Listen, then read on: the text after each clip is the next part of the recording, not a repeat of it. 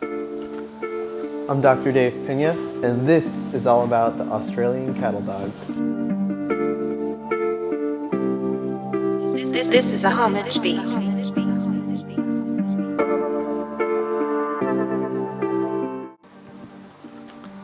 This is Marie. Say hi, Marie. Marie is a blue heeler, and she is an Australian cattle dog. She's not speckled, merled, or anything else. She's just a blue heeler.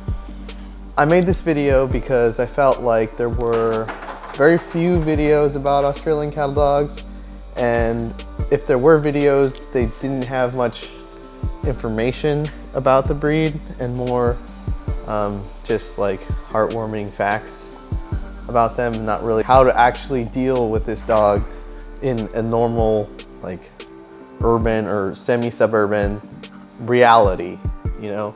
And I felt like me and Marie needed to make a couple videos, show you guys how I deal with having an Australian cattle dog in Los Angeles.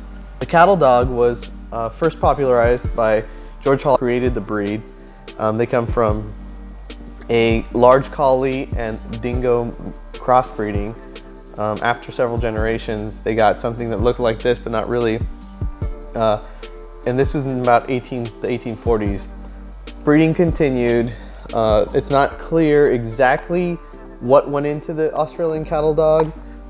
There was some speculation that Dalmatian and Bull Terrier went into the dog, but no, it's not really clear that that happened. Also Kelpie potentially, but that's not also very clear. I think Marie has Kelpie in her, but that's for a different reason. They were popular in Australia. World War II broke out, and many US servicemen ended up in Australia, and they ran into the cattle dog. Some of them fell in love with the cattle dog.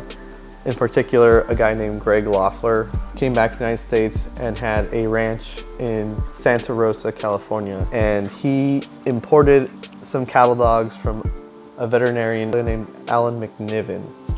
Dr. McNiven was a breeder, but he believed that the breed needed additional breeds bred into it to make it better.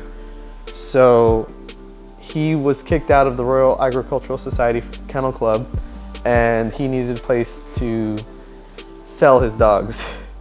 And Greg Loeffler was a good guy to sell them to. Many early cattle dogs that came to the United States came through California. They were from Alan McNiven. They are a mix of dingo, Kelpie, and German Shepherd. And so they look a little bit different. And you'll see that in Marie. She's a little more foxy than she should be, a little smaller than she should be than other cattle dogs. Many cattle dogs, if you look at them, they're very stocky and very almost bullish in their face. She's not really like that. Thank you, Marie. These cattle dogs came to California, and they began to be bred by a guy named Jack Woolsey, and started to become popular amongst the ranches in Napa Valley in Central California, all the way to Arizona, Texas, among ranchers. In the 1980s, people who owned cattle dogs wanted to get them recognized by the American Kennel Club. And in the 1980s, they were able to do that. And the American Kennel Club wanted to trace back the genealogy of all these dogs back to the purported history, which was the Australian cattle dog by Hall. And what happened was many of the cattle dogs couldn't have their genealogy traced back to Hall dogs. They had their genealogy traced back to Alan McNiven. And so they are sort of not exactly Australian cattle dogs. They're like more American cattle dogs. Marie is a mixture of AKC cattle dog and these American cattle dogs. If you have a cattle dog and it doesn't look like an AKC standard cattle dog, it's possible that your cattle dog is one of these improved cattle dogs that came over in the 1940s, 50s, and 60s and was bred here, especially if you're on the West Coast. So a lot of cattle dogs in California, Arizona, and to some degree Texas kind of look like Marie in that they're a little longer than they should be and a little bit more slight framed than they should be. What about the cattle dog? First off, I'll have more videos on how to deal with a cattle dog in an urban setting, but for this video, I'm just gonna talk about just the general temperament of the dog, what you can expect in terms of grooming and how long you can expect to have this dog. So the cattle dog is a very loving, loyal, and protective animal. You need to be on top of controlling your dog in terms of them believing that they're in charge of a place. If you don't, they will very quickly run the show in your apartment. And this is not something you're going to find very comfortable, especially if the dog's always crying and barking and telling you to do things that it wants to do. You have things you need to do, so it needs to kind of comply. These dogs are not pack animal type dogs. They don't do well with a whole bunch of dogs. They don't do well with a whole bunch of people. They really only do well with one handler, maybe two handlers, maybe two people. They are standoffish to strangers. So we've exposed her to a lot, and that's what you're gonna need to do really, is expose the dog when they're very young to a whole bunch of different situations, to like different people, tall people, short people, brown people, yellow people, all sorts of people, to get them used to the idea that all these people are okay. There are certain things that you're gonna have trouble with because kids kind of don't read dogs very well. They don't know when a dog is saying, leave me alone, and they keep pushing dogs. So mix that kind of personality with a dog that does not want to be touched, and you're gonna get a situation where the dog might be pushed to like nip or bite or something like that. So I would only be careful with kids, but other than that, expose your dog to as many different sorts of people that you can. Expose your dog to as many possible dogs that you can. That being said, don't take your dog to the dog park. Don't take your dog to the dog park. Only expose your dog to other dogs in controlled environments where you can be sure that your dog's not going to pick up aggressive behaviors. Cattle dogs are not really into other dogs charging them or like aggressive play. As far as Marie goes, they will learn to defend themselves very quickly. That will be a default behavior rather than a behavior that happens only when it's necessary. So you really want to make sure that you expose your dogs to other dogs, but in controlled environments. So that's basically the temperament of the cattle dog. They're sort of aloof, very loving. If you spend time with them, you know, they'll be your best friend. They're very sweet dogs. They blow their coat. And in California, we don't really have 4 seasons in the traditional sense.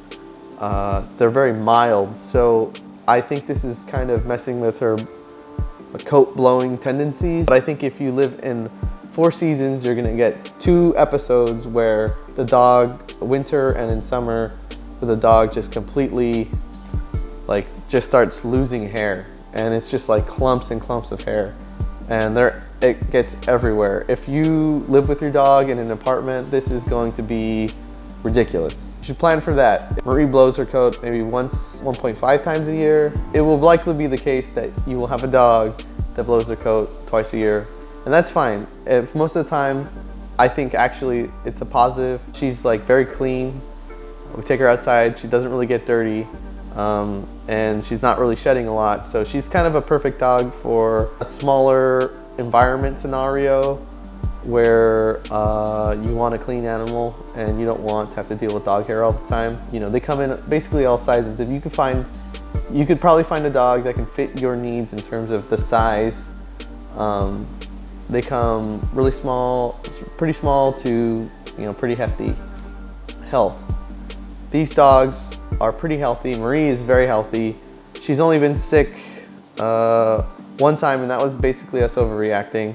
She kind of had like a little bit of an eye infection, but it would have went away on its own. Most cattle dogs, they live a little longer than the average dog who has the same characteristics, who are not cattle dogs. They reach about 13 years old. There are some things that you should be aware of in terms of cattle dogs. Before you get a cattle dog, you should also check out, if you're thinking about getting one, you should really think about the negative things before you go ahead and bite the bullet. And check out my video on 5 deal breakers about cattle dogs. You should probably be acquainted with the worst of the cattle dog, When you do get a cattle dog, before you actually get the cattle dog, you should make sure that your breeder has run tests on the dog.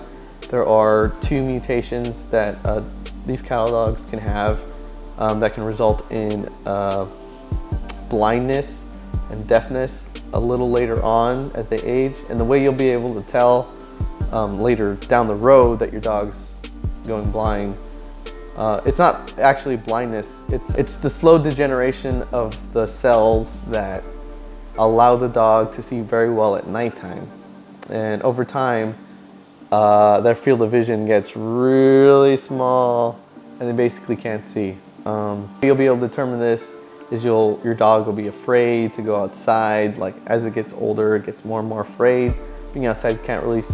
You could see better than it can at night. That's a really bad sign. But yeah, you should make sure before you get a cattle dog that you have it tested for these 2 mutations that result in blindness and deafness. If you do have a dog and you're looking to breed it, you probably shouldn't breed it, but if you are looking to breed it, you should be sure that before you start breeding that dog that it does not have, it's not a carrier for these 2 mutations. If it is, then you're kind of propagating this problem. So please don't do that. Also, please check your dog if it has those 2 mutations. These dogs, like I said, are healthy. The one thing that Marie does get a lot, and I see a lot of videos online, you kind of look at their gait, and a lot of there is a cattle dog gait, and it's kind of like dingo-esque. But some YouTubers, if you look at their dog, they have a kind of gangster lean, you know, a puppy gangster lean gait. I'm pretty sure, and given my experience with my dog, is these cattle dogs have a lot of joint sprains. Like getting a sports injury with a cattle dog is like so common, it seems. She gets like a sprained ankle like once a month or something like that, a different paw. Tried changing her food, tried giving her more glucosamine. You know, she's just prone to that, it seems like. Instinct is gonna be to give them a ton of play because they're gonna need a lot of outlets to get their energy out. They're healthy, they have a ton of energy, and so you need to kind of monitor that. Most people say that their dog needs about 1 hour to 2 hours. We take Marie out about 3 hours a day, pretty consistently, and you have to be consistent about it. You can't just do it once and then not do it and then do it again. You have to be 2 to 3 hours a day, every single day, consistently. And that's how you're gonna keep your dog's like general level of behavioral stability even. If you start like dipping down and like that time turns into 2 hours, it turns into 1 hour, next thing you know, you're gonna have behavioral issues. Not like running around necessarily. She's gonna, like Marie's calm for the most part, she's calm. When she's not getting enough exercise, she gets whiny and like starts chewing on things, like things that I like. People say that these dogs need a job. That's sort of vague. What it means is that your dog needs to have a consistent schedule of exercise and mental stimulation, and it needs to be every single day. One of the ways that I feel has been the most effective in terms of time, in terms of challenging them, is to kind of challenge them emotionally, make them do things that they don't really want to do or they're kind of afraid of, and kind of getting them over that, especially in the puppy stage.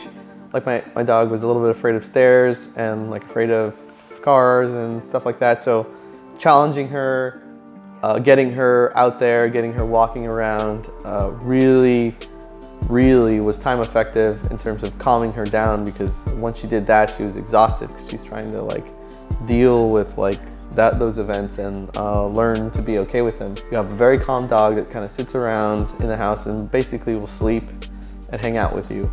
If you don't do that, you can have a dog that is whiny and barky and chewy on all your clothes. The last thing I want to say about the cattle dog is that I don't know if this is normal or something that's just Marie does, but it seems like they have like these little neuroticisms. Like Marie does not like tags.